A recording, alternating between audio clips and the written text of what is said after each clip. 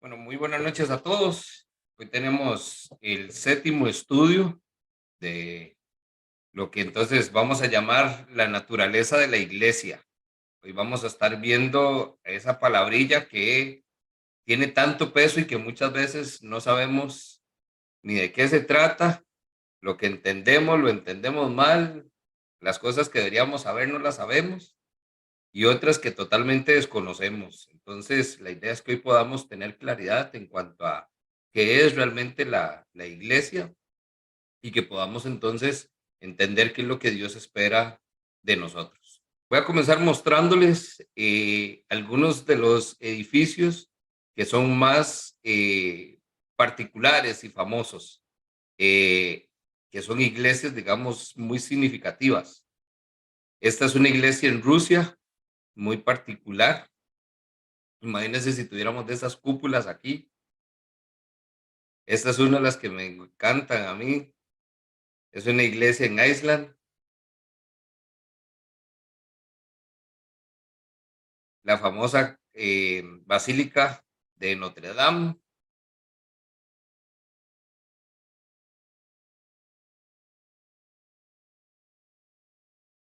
Esta muy particular, con unos vitrales enormes. En Brasil, Italia. Estas más pintorescos paisajes, Eslovenia. Vea, esta me llamó muchísimo la atención en Arizona, literalmente en la montaña. Y ahí podemos ir viendo cómo realmente son múltiples las formas en que podemos encontrar las iglesias, ¿verdad? Estas de las más significativas en Colombia por su estructura y el lugar donde está, ¿verdad? Es un medio del paisaje.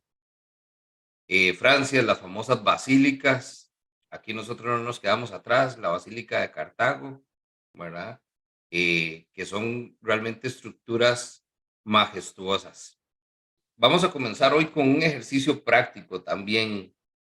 Le voy a pedir que dibuje una iglesia, que piense en una representación lo más sencilla posible, algo que cualquier persona pudiera entender.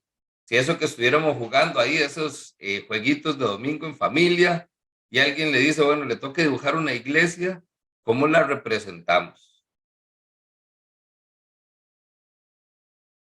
Va a salir algo como esto, creo. Yo no les di mucho tiempo, pero debe parecerse mucho a algo así, ¿verdad? Rapidito, mano alzada, rápidamente. Si no Casi, le dio casi. tanto chance, yo creo que algo así fue lo que le pudo haber dado chance de dibujar, ¿verdad? Una de las representaciones más prácticas de lo que es realmente una iglesia, o al menos el concepto de iglesia que se nos ha sido inculcado. Ahora, cuando nosotros vemos esto, nosotros tenemos que darnos cuenta que realmente debemos evolucionar ese concepto a algo más. No es que eso no sea una iglesia, pero realmente el concepto de iglesia debería estar relacionado hoy más con las personas que con el edificio. ¿Cuál es el planteamiento de esta noche y el objetivo de la lección? Que podamos nosotros entonces entender que la iglesia no es un lugar al que vamos, sino que podamos tomar conciencia de que la iglesia somos nosotros. La iglesia es algo que somos. Somos un cuerpo, hemos escuchado en las escrituras, que realmente forma parte de algo más. Y eso entonces hace que no es necesariamente que quitemos el concepto de que la iglesia es un edificio, porque ahorita vamos a ver también que lo es, pero es algo más. Y de hecho, por ahí es por donde vamos a empezar el día de hoy. Cuando nosotros hablamos de la naturaleza de la iglesia, el planteamiento inicial es dejar de ir para dejar de lado el lugar y comenzar a hacer para entonces formar parte de algo. Tengo que identificarme con ese concepto. Pero en medio de estos dos grandes conceptos, de que la iglesia somos nosotros y que la iglesia es un edificio, hay también algunas otras metáforas que vamos a encontrar en las escrituras. La primera pregunta que nos vamos a enfrentar hoy sería, ¿qué es la iglesia? Es la pregunta natural. ¿Qué es la iglesia? Y para responder a esa pregunta, desde un punto bíblico, vamos a encontrar que la palabra de Dios utiliza varias metáforas para comprender este concepto. De hecho, incluso depende de las traducciones que nosotros estemos utilizando o leyendo, vamos a encontrar que algunos términos incluso son intercambiables. Vamos a escuchar hablar del templo, de la casa, de la familia, y aunque todas estas comparaciones no son necesariamente literales, todas contienen algo valioso que nos van a aportar para entender cuál es el papel de la iglesia, qué es ese concepto de iglesia y cómo nosotros encajamos en ese concepto de iglesia. Así que veamos algunas de ellas. Ahí usted podrá ver en pantalla, vamos a ver 6 conceptos diferentes que encontramos en la Biblia que nos hablan de la iglesia. El primero de ellos es la familia de Dios. Usted ya estará muy familiarizado porque es algo que nosotros continuamente estamos fomentando. Nosotros somos parte de nuestra familia de Dios. Dios es nuestro Padre Celestial y nosotros somos sus hijos. Yanira, Efesios. Efesios 2:19. Por lo tanto, ustedes ya no son extraños ni extranjeros, sino conciudadanos del pueblo elegido y miembros de la familia de Dios. Okay, entonces vea que Janina tiene una de las traducciones que realmente usa el concepto tal cual de familia, ¿verdad?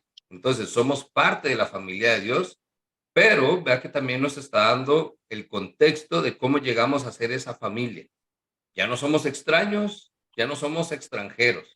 Recuerde que en el contexto original del texto, Pablo está hablando aquí a los gentiles, a los que precisamente se les decía de parte de los judíos que eran extraños, que eran extranjeros, que no eran de su ciudad.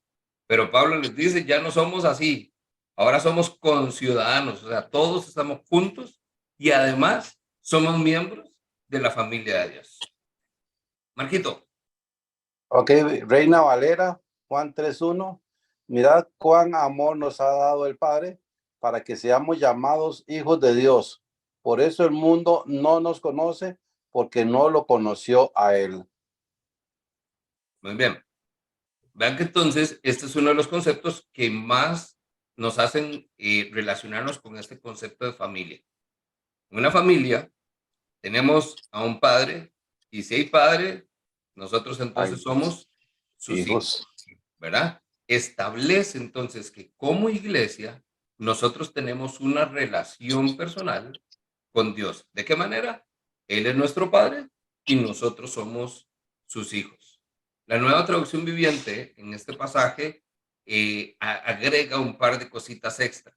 Dice el texto que con cuánto amor nos ama nuestro Padre, que se nos llame hijos de Dios, y reafirma, y lo somos. Pero después dice, la gente de este mundo no reconoce que somos sus hijos porque no lo conocen a él. Ahí realmente lo que vemos es esta reafirmación, a veces es lo que nosotros ocupamos, porque nosotros sabemos que somos hijos de Dios. Son de las realidades que tienen que ser parte de esa identidad de quiénes somos. Pero ¿por qué a veces la gente no se da cuenta? ¿O por qué la gente no ve a Dios como Padre?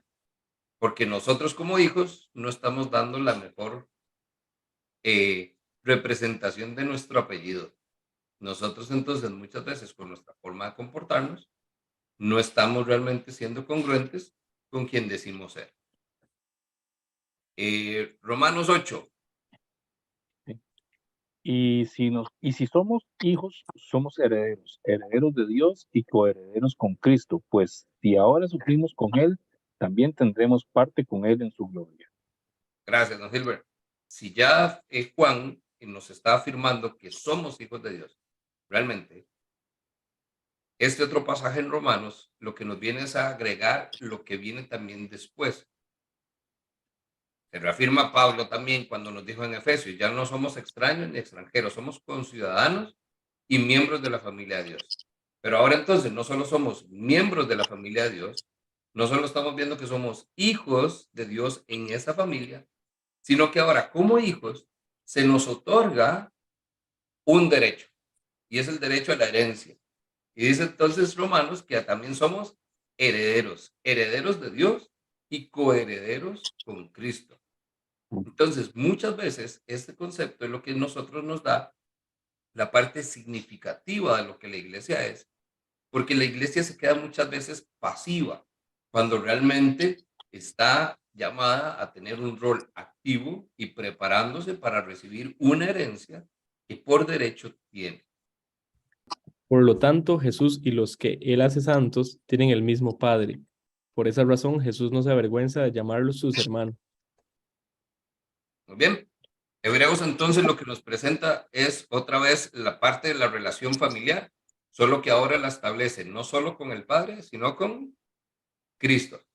Dice que Cristo no se avergüenza de llamarnos hermanos. Nosotros también muchas veces ignoramos la relación que hay con Cristo en cuanto a la parte de hermandad. Siempre vemos a Cristo como nuestro Señor, como nuestro Salvador, como nuestro sanador, pero muchas veces encontramos en la Biblia pasajes como estos donde también nos recuerda que es hermano. Yo no sé cuántos de ustedes tienen hermanos, pero muchas veces hay momentos donde no necesariamente buscamos a nuestros papás, ya sea porque nos jalamos alguna torta o algo hicimos, o queremos algún consejo, o queremos desahogarnos, y muchas veces a quien buscamos es a nuestros hermanos.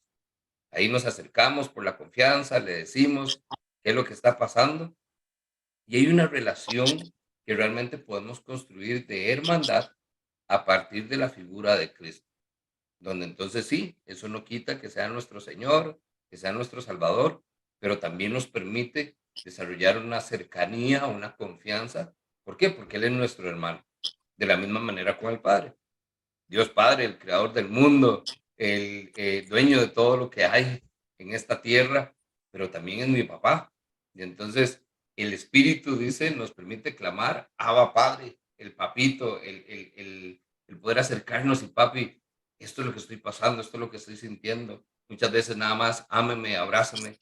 Entonces, como iglesia, estas son algunas de las cosas que nosotros podemos ver que nos identifican con ese concepto de familia, pero también lo establece a partir de relaciones que podemos tener con el Padre, con Jesús como nuestro hermano. Y finalmente, 1 Pedro 2:9. 1 Pedro 2:9. Mas vosotros sois linaje escogido, real sacerdocio, nación santa, pueblo adquirido por Dios, para que anunciéis las virtudes de aquel que os llamó de las tinieblas a su luz admirable. Entonces, no solo somos familia, sino que somos una familia escogida. No es cualquier familia. Cuando venimos a los pies de Cristo y tenemos entonces este proceso de adopción, gracias a la justificación que Él hace delante de Dios, nosotros somos parte de una nueva familia, pero una familia específica, no una familia al azar. Una familia que entonces dice es un real sacerdocio, al servicio del rey, una nación santa, un pueblo que Dios adquirió. Todos estos conceptos, vea que nos habla entonces de ese concepto de que la familia no es cualquier familia y no es una familia pequeña, realmente es una familia grande, es una familia de la realeza, es una familia que tiene renombre, que tiene propósito también, anunciar las obras maravillosas de Dios, el cual nos llamó a salir de la oscuridad para entrar en su luz maravillosa. Esto es lo que nos lleva también a algo que vamos a ver hacia el final, que es el propósito de la iglesia. Entonces, de la misma manera, nosotros tenemos que darnos cuenta que la familia de Dios tiene un propósito por el cual fuimos hechos familia. Pero muchas veces entonces damos gracias a Dios porque nos adoptó, porque somos sus hijos, pero olvidamos que entonces ahora entro en el negocio familiar y tengo también una responsabilidad. ¿Todo bien hasta ahorita? Primer concepto, familia de Dios. El segundo concepto es la casa de Dios. Cuando piensan en casa, ¿qué se les ocurre? ¿Qué es lo que viene a nuestra mente?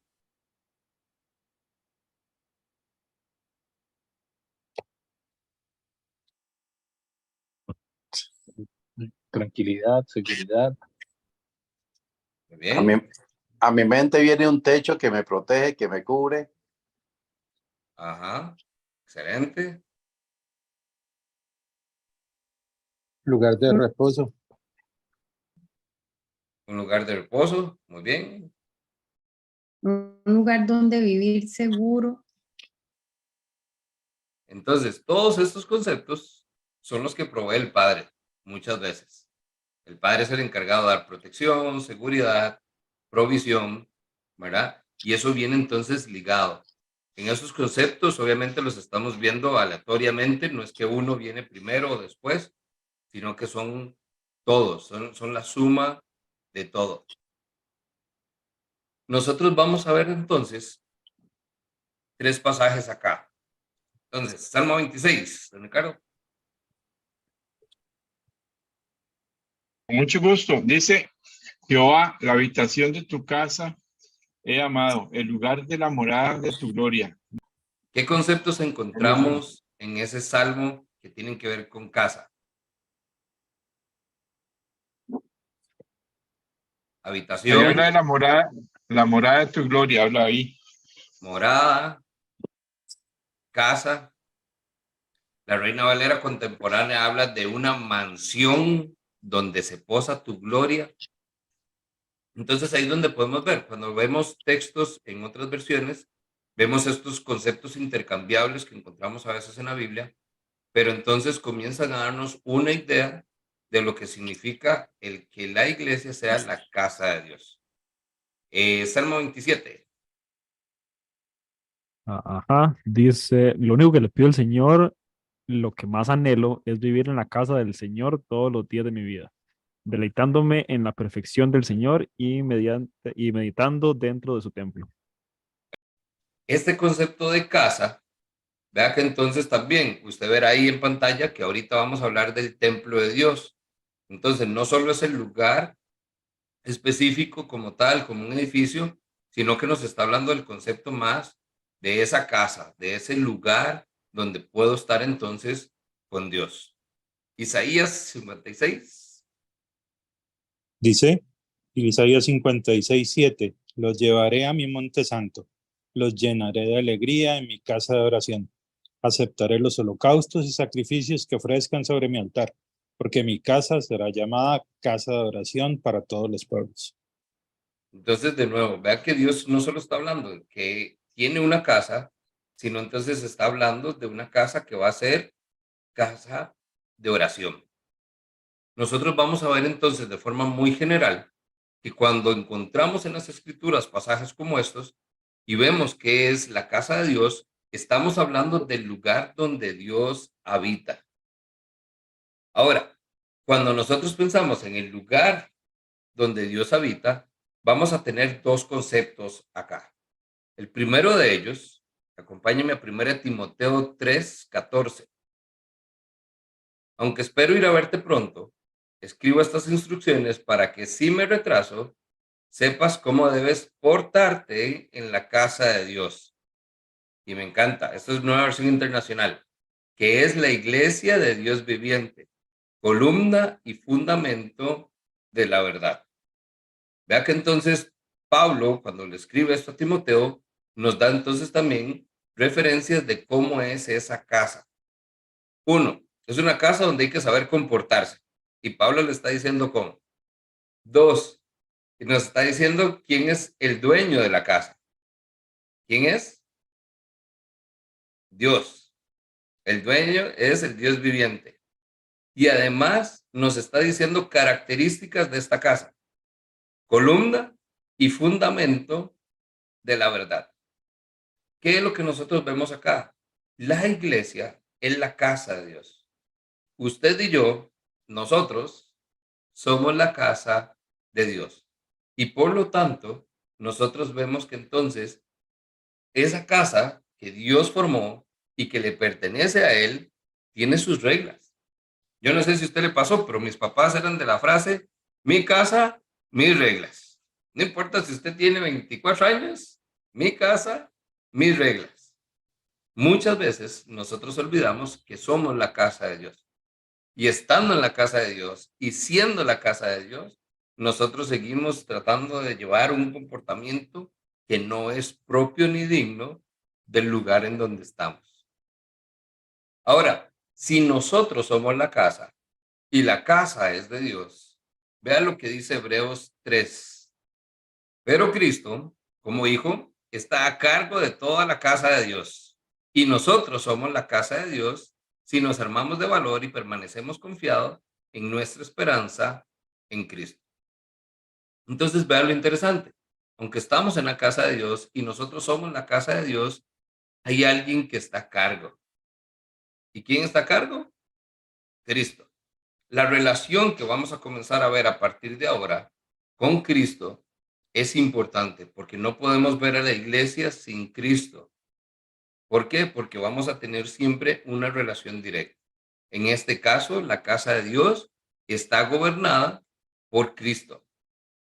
Vea que de nuevo, Hebreos nos realza el concepto que ya vimos cuando Pablo escribe a Timoteo, donde entonces nosotros somos la casa de Dios. Igual, si se va un poquitito más adelante, Hebreos 10:21, perdón, vamos a ver que el autor escribe, ya que tenemos un gran sumo sacerdote que gobierna la casa de Dios. ¿Quién es el gran sumo sacerdote? Jesús. Entonces, las escrituras continuamente, de nuevo, estos son solo algunos pasajes que nos muestran, pero podemos encontrar todavía más referencias, donde entonces vemos que Jesús es quien gobierna la casa. ¿Todo bien hasta ahí? La iglesia es la casa de Dios. Vamos al tercer concepto. La iglesia es el templo de Dios. Cuando vayas a la casa de Dios, guarda tu pie. Acércate más para oír que para ofrecer el sacrificio de los necios, quienes no saben que hacen mal. Ok, entonces, Eclesiastés nos habla también de la casa, pero como lugar. Y vean lo interesante, aquí es donde vamos a ver que algunos términos necesitamos entenderlos mejor. Cuando dice la casa de Dios, vea que está hablando de cuidar la conducta y está hablando de los sacrificios. ¿A dónde se ofrecían tradicionalmente los sacrificios del pueblo de Israel? En el templo. En el templo. Entonces, si usted busca este mismo pasaje en la versión de Dios habla hoy, usa esa traducción. Cuando vayas al templo de Dios, cuida tu conducta y en vez de ofrecer sacrificios como la gente tonta que no se da cuenta, acércate más bien dispuestos a obedecer. Este concepto de casa y templo van muy de la mano. Solo que entonces, de nuevo, es como hablar de casa y hogar. Una cosa es entonces el lugar y otra cosa es cómo me siento yo y lo que representa para mí, por decirlo de alguna manera. Vamos con los otros pasajes para completar un poquito el concepto. Janina. Ajá, segunda de Crónicas 2:6. Pero ¿cómo edificarle un templo si ni los cielos más altos pueden contenerlo? ¿Y quién soy yo para construirle un templo, aunque solo sea para quemar incienso delante de él? Entonces, vea que aquí ya nos está dando algunos aspectos interesantes también respecto al templo. Lo primero, que es la parte que tiene razón. ¿Cómo nosotros hacemos para que Dios esté en un lugar? Tradicionalmente el templo es lo que más identifica a un lugar, a un edificio. Es lo que tradicionalmente en nuestro concepto está en la mente. El templo de Dios es la iglesia, el edificio. ¿Cómo hace Dios para entonces caber en un edificio siendo tan grande? Él también se hace otras preguntas, el autor. ¿Quién soy yo para construirle un templo? Es decir, por más que yo lo haga bonito, listo, con los mejores detalles, no va a ser suficiente para que Dios esté ahí. Muchos de estos conceptos del templo, perdón, vamos a ver, que están asociados entonces al edificio como tal. Y existe este concepto, que es el que nosotros vemos en tiempos de Jesús,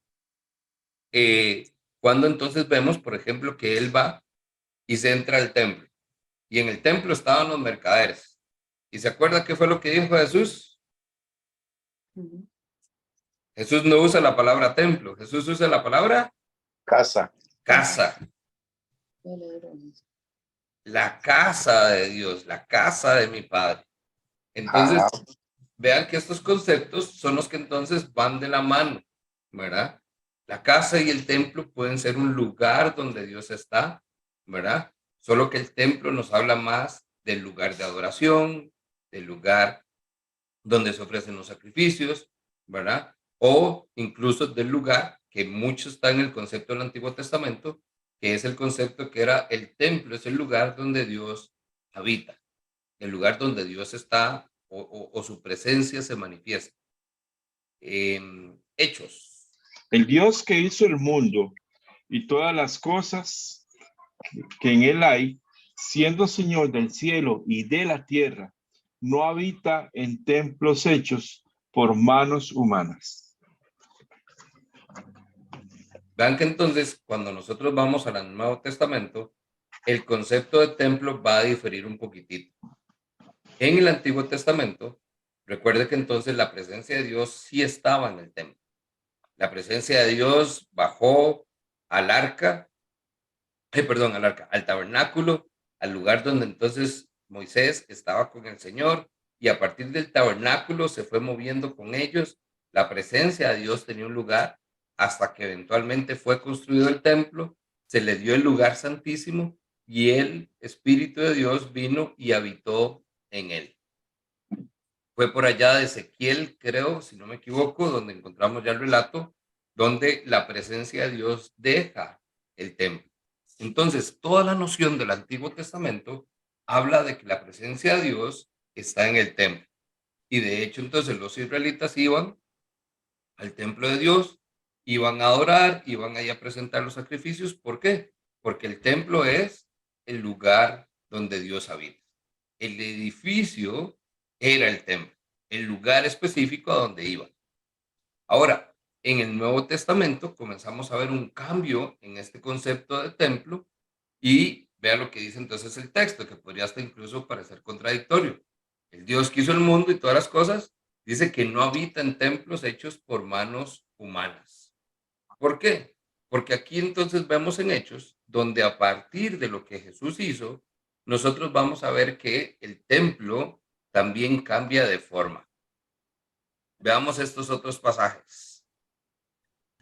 Primera de Corintios 3:16. ¿No saben ustedes que ustedes son templo de Dios y que el Espíritu de Dios habita en ustedes? ¿Habían escuchado ustedes este concepto? Nosotros entonces somos el templo. Ya que aquí nos da esta otra perspectiva, que es uno de los pasajes que comienzan a cambiarnos ese pensamiento tradicional que tenemos.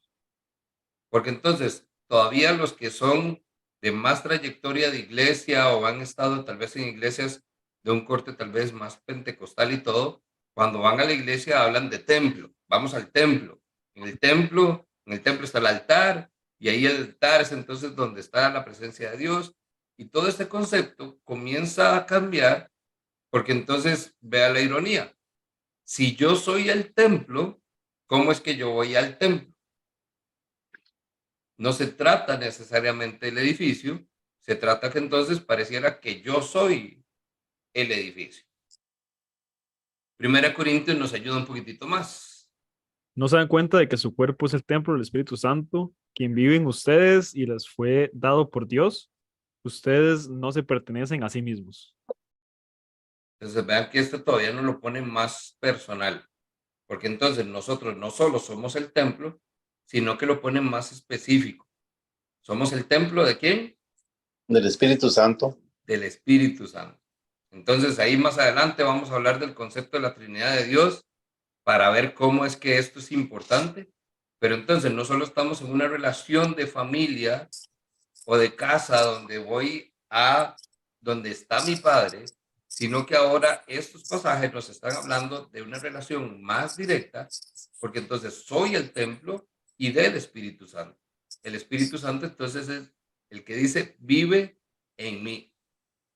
Obviamente el contexto en que 1 Corintios está escrito, este pasaje más específicamente, lo que nos habla es que nosotros no nos pertenecemos a nosotros. Nuestro cuerpo, nuestra vida fue comprada por un precio. Y entonces nosotros ahora le pertenecemos a Dios. Nuestro cuerpo le pertenece a Dios. Pero ese cuerpo que le pertenece a Dios, dice las Escrituras que es templo del Espíritu Santo. Y 1 Pedro 2:5. Sí. Dice, también ustedes son como piedras vivas, con las cuales se está edificando una casa espiritual. De este modo llegan a ser un sacerdocio santo para ofrecer sacrificios espirituales que Dios acepta por medio de Jesucristo. Gracias, Gilbert. Nueva Traducción Viviente usa entonces el término intercambiable, porque ustedes son piedras vivas con las cuales se edifica Dios su templo espiritual. Entonces vean que no solo estamos hablando de un templo físico, de un lugar específico, sino que también entonces este texto nos habla de un templo espiritual. Y dice que ese templo espiritual es construido con piedras vivas, que somos usted y yo. Y además, ve interesante, porque esto es una metáfora que hace alusión a la, digamos, a la función o a las funciones que se realizan en el templo. Recuerden, el pueblo de Israel iba al templo ¿a qué? A orar y A orar. A orar, a orar. Y a orar. a ofrecer A orar sacrificios. y a orar. Y hacer sacrificios. Y a hacer sacrificios. Esa era parte, digamos, de esos rituales que se veían en el día a día. Y vea que el texto ahora nos está diciendo que nosotros entonces vamos a ofrecer sacrificios espirituales que agradan a Dios. Y esto lo hacemos por la mediación de Cristo Jesús. En ese momento, los sacrificios requerían de un sacerdote. Ese sacerdote era la familia de los levitas y eran los que entonces podían, delante de la presencia de Dios, hacer el sacrificio. Ahora el texto nos lo está diciendo que entonces, ¿quién es ese sacerdote? Jesucristo. ¿Y qué es lo que hace Jesucristo? Que mediante nosotros entonces acepta estos sacrificios espirituales que agradan a Dios. Entonces, este templo de Dios que encontramos en las Escrituras, de nuevo, muy hacia el Antiguo Testamento, parte de la historia, podemos ver que es un lugar, una estructura, donde dice el texto, habitan la presencia de Dios. Y más hacia el Nuevo Testamento, y más hacia la venida de Cristo, habla de que ese templo somos nosotros. Porque si el templo es la iglesia y la iglesia somos nosotros somos ese templo y además formamos ese templo a partir de piedras vivas que son colocadas de una manera muy específica, escogidas por Dios para ser parte de ese templo. Y ya no ofrecemos sacrificios para ganarnos la aprobación de Dios, sino ofrecemos sacrificios espirituales que busquen agradarle, que de cierta manera busquen entonces rendirle adoración. ¿Alguna pregunta con el templo? ¿O clarísimo? Estamos bien. Este es de los que conecta ahí, pero eso está como en el centro, para que recordemos, es como esa transición. Podemos ver hacia el Antiguo Testamento, hacia el Nuevo Testamento, y vemos cómo este concepto específicamente evoluciona. El cuarto concepto que vamos a ver es la congregación, porque entonces muchos hablamos de la congregación, nos referimos a la iglesia como una congregación. Entonces, vamos a ver qué es lo que dice la Biblia respecto a eso. Romanos 16:5, ¿verdad? Así es. Dice, saludad también a la iglesia de su casa. Saludad a Epeneto, amado mío, que es el primer fruto de Acaya para Cristo. Muy bien. Entonces, vean que esto es una carta que comienza ahí con algunos saludos. Pero dicen que entonces ¿saluden a quién? A la iglesia. A la iglesia. Y habla de una iglesia específica. ¿A la que se reúne a dónde? En la casa, en su casa. En la casa, ¿verdad? Entonces, vemos que esto es referencia de iglesia desde la perspectiva de congregación. Habla de un grupo de creyentes, que en este caso era en una casa. ¿Ok? Dani. Las iglesias de aquí, en la provincia de Asia, les mandan saludos en el Señor, igual que Aquila y Priscila y todos los demás que se congregan en la casa de ellos para las reuniones de la iglesia. Buenísimo. ¿Qué vemos acá también entonces? Una iglesia un poquito más grande tal vez. Nos habla de la provincia de Asia. Dice que le mandan saludos en el Señor, igual que Aquila y Priscila y todos los demás que se congregan en la casa de ellos para las reuniones de la iglesia. Entonces ya vemos que hay una iglesia hablando de otra iglesia. Entonces, en la misma iglesia, pero vemos que los grupos de creyentes están en diferentes lados. Colosenses. Dice Colosenses 4:15, saludad a los hermanos que están en la Odisea y a Ninfas y a la iglesia que está en su casa. Buenísimo. Entonces vemos igual, y aquí no solo es una iglesia, otra iglesia, es varias iglesias. Estamos viendo cómo en diferentes lados de las escrituras vemos diferentes grupos de creyentes. La traducción de Dios habla hoy usa y a la congregación que se reúne en su casa. Entonces, este concepto de congregación, vemos que es la palabra eclesía, de ahí de donde viene el nombre iglesia. Esto significa reunión o asamblea. Es la palabra que nosotros usamos para congregarnos, pero muchas veces es el concepto que más asociamos con iglesia. Iglesia es una reunión de un grupo de personas. Y entonces vemos que es en el templo, pero también comenzamos a ver que esa iglesia no solo es una casa, no solo es un templo o un lugar de adoración, sino que resulta que ahora la iglesia la podemos ver en diferentes grupos de personas en diferentes lugares, tanto en zonas grandes como incluso parece que son reuniones en una casa.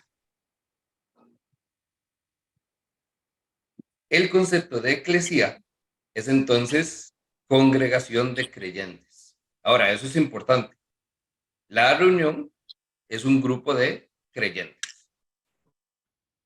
Vamos entonces con los últimos dos. Estos últimos vamos a verlos un poquitito más rápido para poder entonces completar algunos de los otros conceptos que vamos a compartir hoy. Estos dos últimos están relacionados entonces en nuestra relación con Cristo. Usted ha escuchado que entonces la iglesia es la esposa de Cristo. ¿A dónde sacamos esto? 2 Corintios 11:2. El celo que siento por ustedes proviene de Dios, pues los tengo prometidos a un solo esposo, que es Cristo, para presentárselos a sí mismo como una virgen pura. Las escrituras hablan de que entonces la iglesia es la novia de Cristo o la esposa de Cristo. Efesios 5:25, esposos amen a sus esposas, así como Cristo amó a su iglesia. ¿Verdad? Entonces pone esa relación estricta entre Cristo y nosotros, su iglesia, como esposa. Hacia Apocalipsis, la gran boda, dice Apocalipsis 19:7, regocijémonos y alegrémonos, démosle gloria a Dios, pues ha llegado el momento de las bodas del Cordero. Ya su esposa se ha preparado. Entonces, todos estos conceptos nos apuntan a que también la iglesia no solo es una familia, no solo es una casa, no solo es un templo, no solo es una reunión, la iglesia también es la esposa de Cristo. Y el último concepto, que es el que también es muy familiarmente escuchado en las iglesias, que somos el cuerpo de Cristo. Pablo es el que habla mucho de esto. Y de hecho, todas las referencias del cuerpo, en su mayoría, las encontramos en sus cartas. Por ejemplo, 1 Corintios 12 dice, todos ustedes en conjunto son el cuerpo de Cristo y cada uno es parte de ese cuerpo.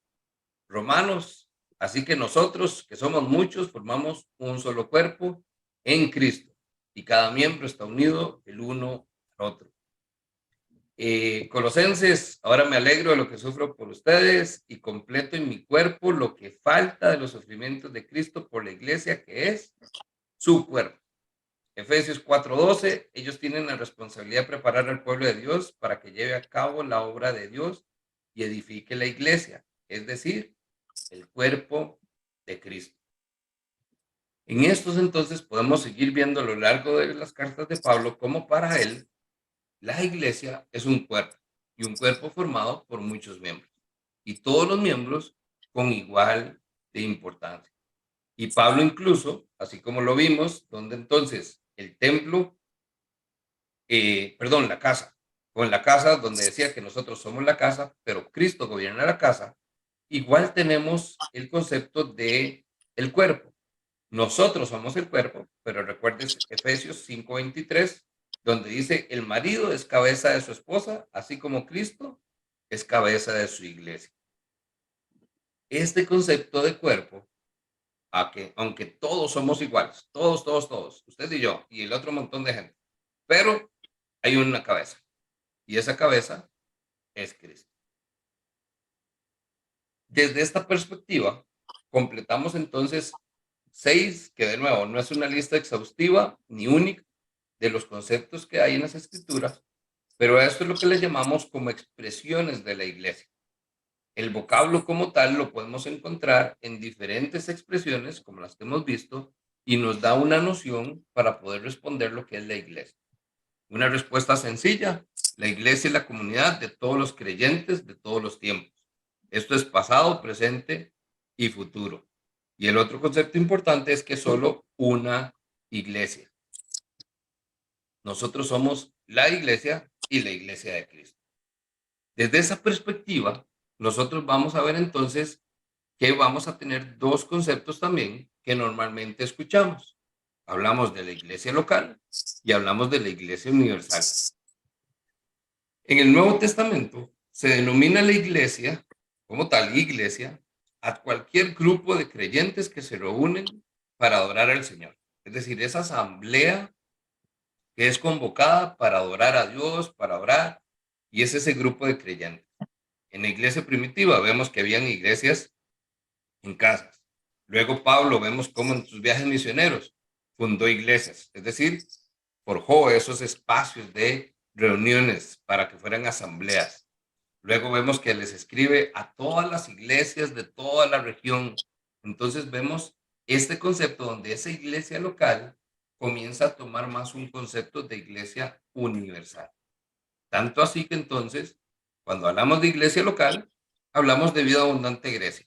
Y decimos, esa iglesia somos nosotros. Pero eso no excluye que sigamos siendo la iglesia universal, que somos entonces todos los creyentes, tiempo pasado, presente y futuro, que han puesto su fe en Cristo Jesús. Todos, absolutamente todos somos la iglesia universal. Entonces, ¿qué es lo que nos interesa acá?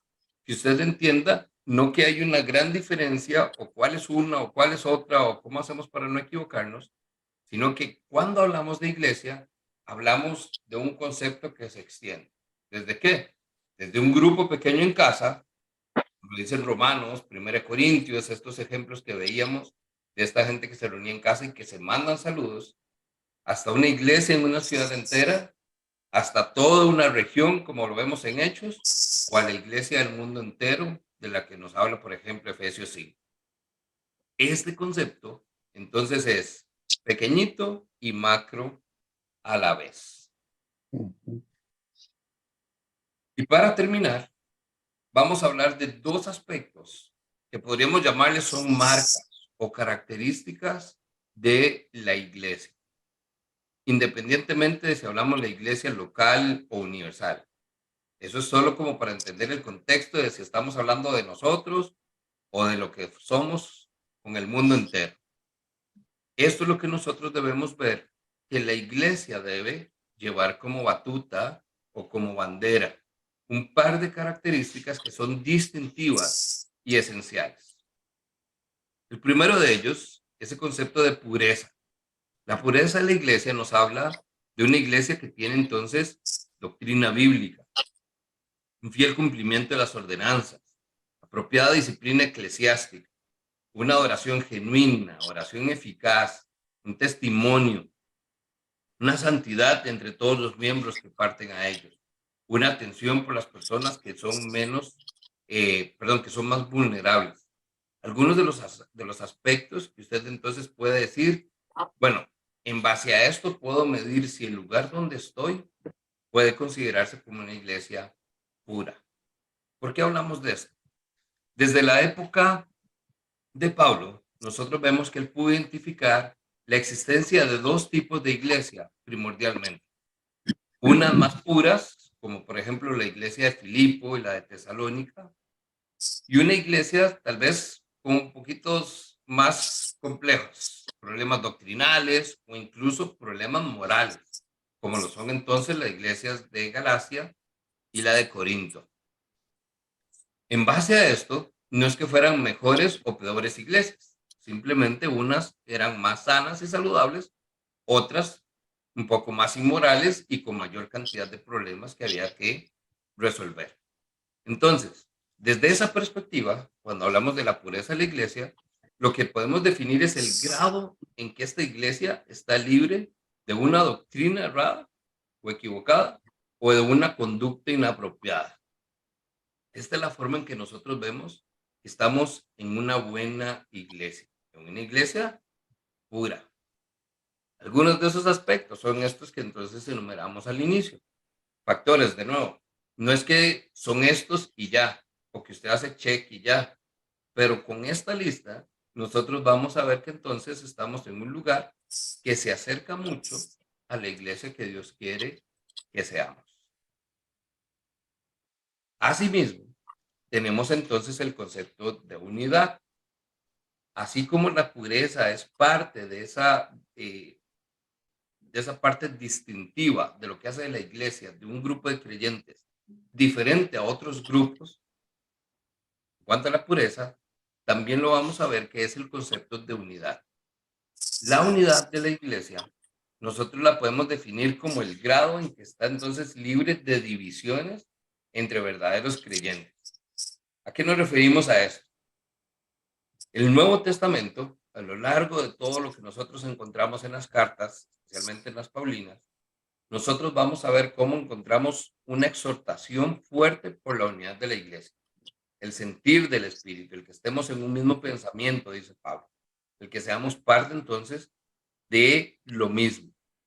Esto mismo es lo que Jesús entonces, pero esto mismo es por lo que Jesús oró cuando entonces encontramos en Juan 17 que dice: Padre, yo lo que quiero es que todos sean uno. Uno, como tú y yo somos uno. Exactamente. Si usted lee todo el capítulo 17, usted va a ver que entonces Jesús ora por él, ora por sus discípulos y ora por todos los creyentes. Es decir, ora por la iglesia.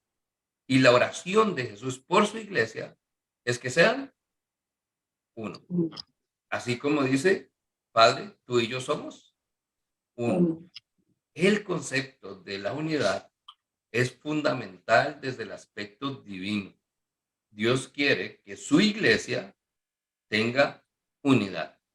Y lastimosamente, esto, más allá de la pureza, es de las primeras evidencias que tenemos en nuestras iglesias, que es una falta de unidad. Algunos pasajes que usted los tiene ahí para que los pueda buscar después. Lo que nos habla es entonces Pablo, por ejemplo, donde él dice: les suplico, hermanos, que vivan en armonía y que no haya divisiones. Les suplico, dice Pablo. En Filipenses les dice: llénenme de alegría, teniendo un mismo parecer, un mismo amor, unidos en alma y en pensamiento.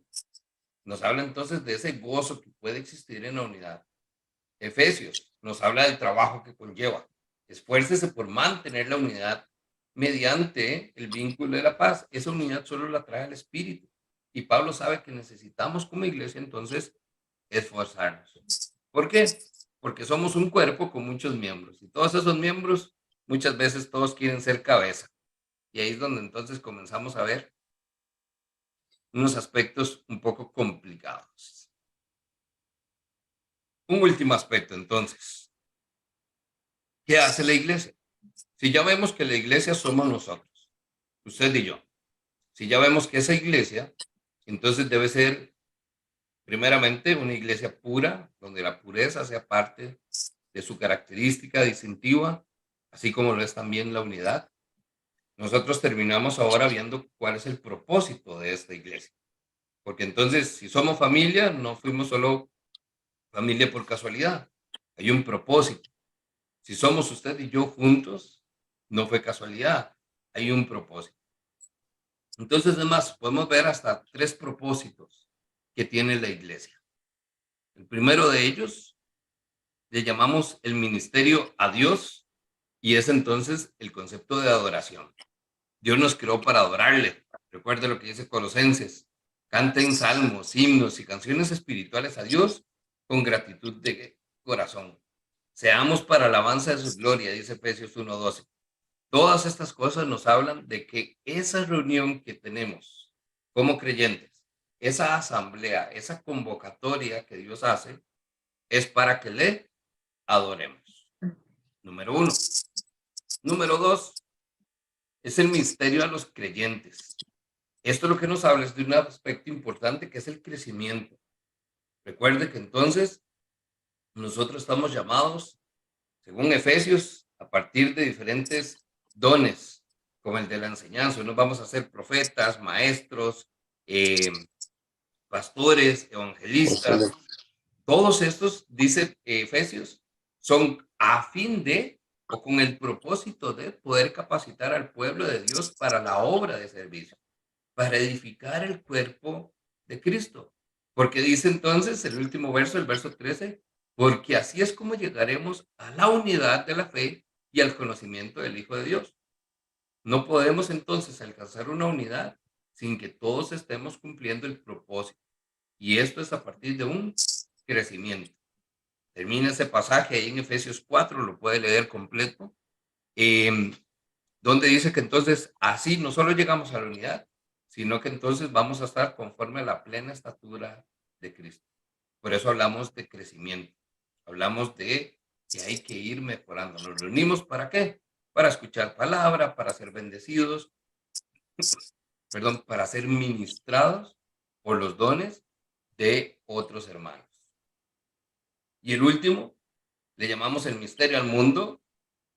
Este ministerio es el que habla de evangelización y de misericordia. Recuerde que Jesús dijo: vayan y hagan discípulos de todas las naciones.